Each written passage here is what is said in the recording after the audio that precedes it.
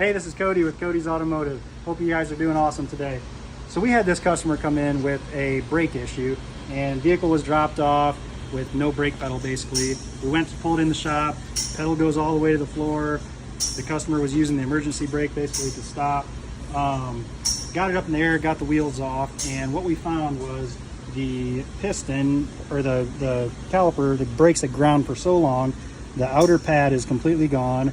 The rotor is getting thin and starting to chip away here. You can see the piston has popped out of the caliper and lost all the fluid, so that's where all her fluid went. Fluid was empty in the reservoir, and the fluid was all over the inside of the tires, so that's where all that leaked out to.